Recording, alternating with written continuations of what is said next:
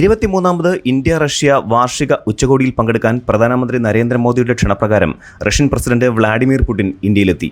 4 വർഷത്തെ ഇടവേളയ്ക്ക് ശേഷമുള്ള ഈ സന്ദർശനം ഇന്ത്യ റഷ്യ ബന്ധത്തിൽ നിർണായകമാണ്. എന്നാൽ ഈ ഉന്നത നേതാവിൻ്റെ വരവിനൊപ്പം ലോകശ്രദ്ധ ആകർഷിക്കുന്നത് അദ്ദേഹത്തെ പൊതിഞ്ഞു നിൽക്കുന്ന സങ്കീർണവും എന്നാൽ ഭ്രമാത്മകവുമായ സുരക്ഷാ വലയമാണ്. ലോകത്തിലെ ഏറ്റവും ശക്തരായ ഭരണാധികാരികളിൽ ഒരാളായ പുടിൻ്റെ സംരക്ഷണം എന്നത് ഒരു സാധാരണ പ്രോട്ടോകോൾ മാത്രമല്ല.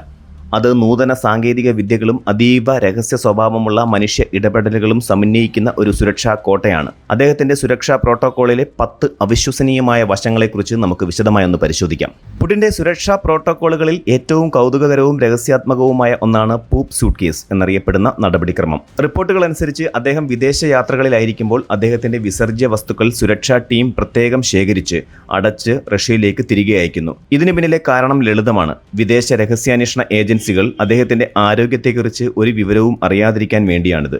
വിസർജ്യ വസ്തുക്കളുടെ വിശകലനം വഴി ഒരു വ്യക്തിയുടെ ഭക്ഷണക്രമം, മരുന്നുകളുടെ ഉപയോഗം, അസുഖങ്ങൾ, മാനസികാവസ്ഥ എന്നിവയെക്കുറിച്ചിട്ടുള്ള നിർണായക വിവരങ്ങൾ ലഭിക്കാൻ സാധ്യതയുണ്ട്. പുടിൻ്റെ സ്വകാര്യതയും ആരോഗ്യ വിവരങ്ങളും അതീവ രഹസ്യമായി സൂക്ഷിക്കാൻ വേണ്ടിയാണ് അദ്ദേഹത്തിൻ്റെ അംഗരക്ഷകർ ബാത്റൂമിൽ പോലും കൂടെ നിൽക്കുന്നത്. ഇത് ലോക നേതാക്കളുടെ സുരക്ഷാ ചരിത്രത്തിൽ തന്നെ കേട്ടുകേഴ്വിയില്ലാത്ത കണിശതയാണ്. അതിശക്തമായ സുരക്ഷാ വലയമുണ്ടായിരുന്നിട്ടും വ്ളാഡിമിർ പുടിൻ ചില പൊതുപരിപാടികളിലോ അതീവ അപകട സാധ്യതയുള്ള സാഹചര്യങ്ങളിലോ ബോഡി ഡബിളുകളെ ഉപയോഗിക്കുന്നുണ്ടെന്ന് റിപ്പോർട്ടുകൾ സൂചിപ്പിക്കുന്നു. ഉക്രൈനിൻ്റെ മിലിറ്ററി മേധാവി മേജർ ജനറൽ കിറിൻ ബുഡാനോവിനെ പോലെയുള്ളവർ പുടിൻ ചുരുങ്ങിയത് 3 ബോഡി ഡബിളുകളെങ്കിലും ഉപയോഗിക്കുന്നുണ്ടെന്ന് അവകാശപ്പെടുന്നു. ഇവരിൽ ചിലർക്ക് അദ്ദേഹത്തെ പോലെ തോന്നാൻ പ്ലാസ്റ്റിക് സർജറി പോലും നടത്തിയിട്ടുണ്ടത്രേ. പൊതുജനത്തിന്റെ ശ്രദ്ധയിൽ നിന്ന് യഥാർത്ഥ പുടിനെ അകറ്റി നിർത്താനും വരാനുള്ള വധശ്രമങ്ങളെ വഴിതിരിച്ചു വിടാനും വേണ്ടിയുള്ള ഒരു തന്ത്രമാണിത്. പലപ്പോഴും പൊതുജനങ്ങളുടെ സംശയങ്ങൾക്കും ഊഹാപോഹങ്ങൾക്കും ഇത് വഴിയൊരുക്കാറുമുണ്ട്. പുടിൻ്റെ അംഗരക്ഷകർ തെരഞ്ഞെടുക്കപ്പെടുന്നത് അവിശ്വസനീയമാംവിധം കടുപ്പമേറിയ മാനദണ്ഡങ്ങളിലൂടെയാണ്. ഫെഡറൽ പ്രൊട്ടക്റ്റീവ് സർവീസസ് അക്കാഡമിയിൽ നിന്നാണ് മിക്കവരും പരിശീലനം നേടുന്നത്. പ്രായം, ഉയരം, ഭാരം, ശാരീരികവും മാനസികവുമായ കരുത്ത്, കൂറ്, വിശദമായ പശ്ചാത്തല പരിശോധനകൾ എന്നിവയാണ് പ്രധാന മാനദണ്ഡങ്ങൾ. അഭിമുഖങ്ങൾ, പോളിഗ്രാഫ് ടെസ്റ്റുകൾ, സമഗ്രമായ പശ്ചാത്തല പരിശോധനകൾ എന്നിവയ്ക്ക് ശേഷമാണ് തെരഞ്ഞെടുപ്പ്. അവർ വിദേശ ഭാഷകളിൽ പ്രാവീണ്യം നേടുകയും കഠിനമായ ശീതകാല സാഹചര്യങ്ങൾ അതിജീവിക്കാനുള്ള പരിശീലനം നേടുകയും വേണം. ഏറ്റവും പ്രധാനമായി ഉയർന്ന ശാരീരിക ക്ഷമത നിലനിർത്താനായി അവർ 35 വയസ്സിൽ വിരമിക്കണം എന്ന നിയമമുണ്ട്. കിം ജോങ് ഉന്നിനെ പോലെയുള്ള ലോക നേതാക്കളെ പോലും പുടിനുമായി അടുപ്പിക്കാൻ അനുവദിക്കാതെ ഇടപെട്ട സംഭവങ്ങൾ അവരുടെ കണിശമായ പ്രോട്ടോക്കോളിന് ഉദാഹരണമാണ്. വിദേശ രാജ്യങ്ങളിലെത്തുമ്പോൾ പുടിൻ യാത്ര ചെയ്യുന്നത് റഷ്യൻ നിർമ്മിത സ്റ്റേറ്റ് കാറായ ഔറസ് സെനറ്റിലാണ്. ഇത് വെറുമൊരു ആഡംബര വാഹനമല്ല, സഞ്ചരിക്കുന്ന ഒരു കോട്ടയാണ്. ബുള്ളറ്റ് പ്രൂഫ്, ഗ്രനേഡ് പ്രതിരോധ ശേഷി, തീ അണയ്ക്കുന്നതിനുള്ള സംവിധാനം, അടിയന്തര ഓക്സിജൻ സപ്ലൈ എന്നിവ ഇതിലുണ്ട്. 4 ടയറുകളും പഞ്ചറായാലും സഞ്ചരിക്കാനുള്ള കഴിവ് ഈ വാഹനത്തിനുണ്ട്. മണിക്കൂറിൽ 249 കിലോമീറ്റർ വരെ വേഗത കൈവരിക്കാനും ഇതിന് സാധിക്കും. ആക്രമണങ്ങളെ അതിജീവിക്കുക മാത്രമല്ല, യാത്രക്കിടയിൽ ലോകത്തെവിടെയുമുള്ള റഷ്യൻ കമാൻഡ് സിസ്റ്റങ്ങളുമായി ബന്ധപ്പെടാനുള്ള നൂതന സംവിധാനങ്ങളും ഈ വാഹനത്തിൽ ഉൾക്കൊള്ളുന്നു. പുടിൻ മൊബൈൽ ഫോൺ ഉപയോഗിക്കാത്ത ഒരു നേതാവായതിനാൽ ഓരോ സന്ദർശനത്തിനും മുന്നോടിയായി അദ്ദേഹത്തിൻ്റെ സുരക്ഷാ വിഭാഗം ലക്ഷ്യസ്ഥാനത്തെ കുറ്റകൃത്യങ്ങൾ, തീവ്രവാദം, പ്രതിഷേധങ്ങൾ, മതപരമായ സാഹചര്യങ്ങൾ എന്നിവ വിശദമായി പഠിക്കുന്നു.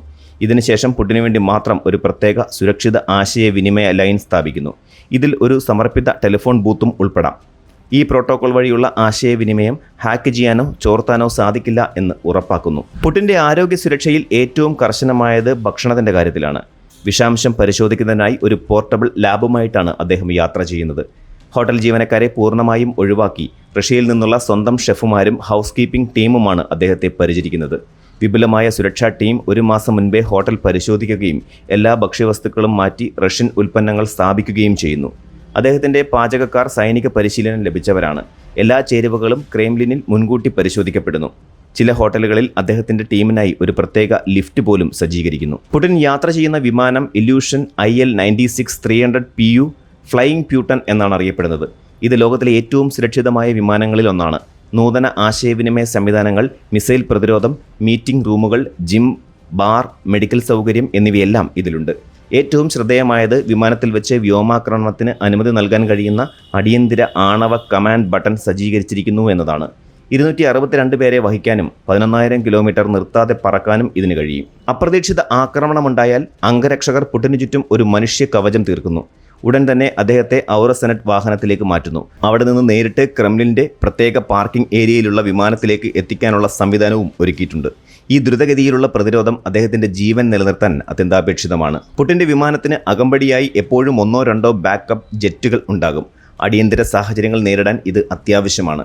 കൂടാതെ യാത്രാവേളകളിൽ അംഗരക്ഷകർ പൂർണ്ണമായും തയ്യാറാണെന്ന് ഉറപ്പുവരുത്താൻ 2 ആഴ്ചത്തെ ക്വാറന്റൈൻ കഴിയുകയും ചെയ്യുന്നു. ആധുനിക ഭീഷണികളിൽ ഒന്നായ ഡ്രോണുകളെ പുടിന്റെ സുരക്ഷാ ടീം അതീവ ഗൗരവത്തോടെയാണ് കാണുന്നത്. അദ്ദേഹത്തിന്റെ അംഗരക്ഷകരിൽ ഒരാൾ കയ്യിലേന്തിയ ആന്റി ഡ്രോൺ ഇന്റർസെപ്റ്റർ ഉപയോഗിക്കുന്നതായി പല റിപ്പോർട്ടുകളുമുണ്ട്. പൊതുവേദികളിൽ വെച്ച് ശത്രു ഡ്രോണുകളെ നിർവീര്യമാക്കാനോ വെടിവെച്ചിടാനോ ഈ സംവിധാനങ്ങൾക്കാകും. വ്ളാഡിമിർ പുടിന്റെ സുരക്ഷാ പ്രോട്ടോക്കോളുകൾ ഒരു വ്യക്തിയുടെ സംരക്ഷണം എന്നതിലുപരി ഒരു രാഷ്ട്രത്തിന്റെ സുരക്ഷാ തന്ത്രങ്ങളുടെ പ്രതിഫലനമാണ്. പൂപ്പ് സൂട്ട്കേസ് പോലെയുള്ള പ്രോട്ടോക്കോളുകൾ അല്പം അതിശയോക്തി തോന്നാമെങ്കിലും ഒരു ലോകശക്തിയുടെ നേതാവിനെതിരായ ഏത് ഭീഷണിയെയും നേരിടാനുള്ള റഷ്യയുടെ നിശ്ചയദാർഢ്യത്തെ ഇത് അടിവരയിടുന്നു. സാങ്കേതിക വിദ്യയുടെയും മനുഷ്യന്റെ കണിശതയുടെയും ഈ സുരക്ഷാ വലയം പുടിന്റെ വ്യക്തിപരമായ സുരക്ഷ മാത്രമല്ല, റഷ്യൻ സർക്കാരിന്റെ സുസ്ഥിരത ഉറപ്പാക്കാനുള്ള ശ്രമം കൂടിയാണ്. ഈ കോട്ടയ്ക്കുള്ളിൽ നിന്നുകൊണ്ട് ലോക രാഷ്ട്രീയത്തിലെ തന്റെ സ്വാധീനം ഉറപ്പിക്കാൻ പുടിന് കഴിയുന്നു.